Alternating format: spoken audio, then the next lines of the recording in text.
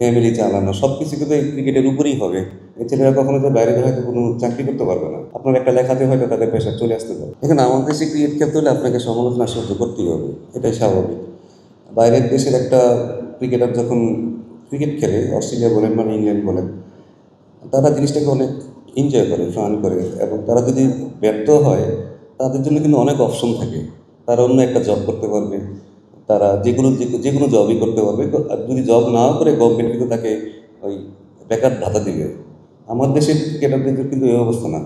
আমাদের দিকে সেটা একটু এক্সট্রা প্রেশার চলে আসে অটোমেটিক, কারণ টিমে থাকা, টিমের বাইরে চলে যাওয়া, ফ্যামিলি চালানো সব কিছু কিন্তু এই ক্রিকেটের উপরেই হবে। এই ছেলেরা কখনো যে বাইরে হয়তো কোনো চাকরি করতে পারবে না। তো ক্রিকেটটাই তাদের শখ। এখানে স্বাভাবিকভাবে আপনাকে একটু একশো প্রেশার চলে আসে। বাট এখান থেকে বের হওয়ার আমরা চেষ্টা করতেছি কীভাবে আসলে আমরা এখান থেকে বের হতে পারবো, কারণ আমাদের বের হতেই হবে। তো চেষ্টা করতেছি ছেলেদের মেন্টালিটি যেন আরও বেটার হয়, তারা যেন ক্রিকেটটাকে একটু মজা করে।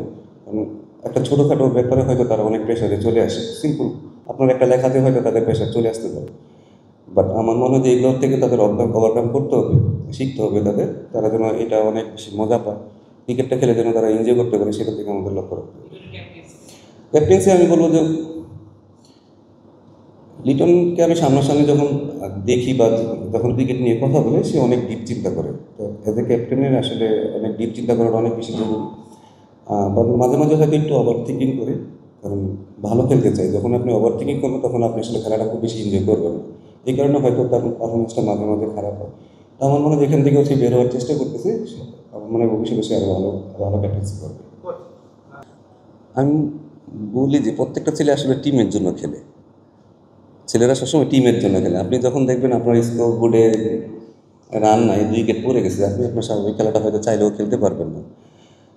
যদিও চেষ্টা করা উচিত তার স্বাভাবিক খেলাটা খেলার, বাট আমি আমারও বললাম যে সিচুয়েশনটা অনেক সময় তাকে হাত খুলে খেলতে দেয় না।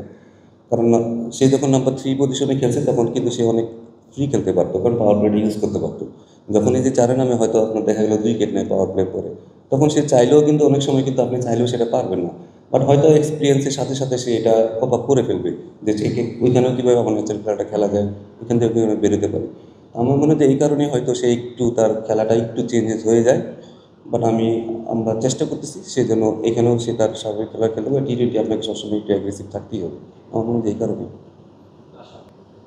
আসলে সব দিকেই এটা এটা আসলে কাউকে দোষ দিয়েও লাভ নেই, কারণ আমাদের হাতে অপশনও কম এবং সিলেক্টরদের হাতেও অপশনও কম।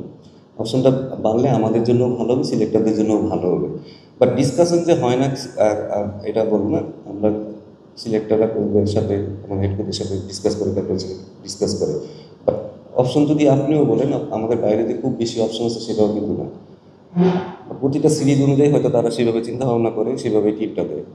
আমার কথা হলো যে আমাদের যে বেশ 16 জন দিবে, সেই 16 জনের বাইরে তো আমরা কিছু করতে পারবো না, ওটার মধ্যে আমাদের থাকতে হবে।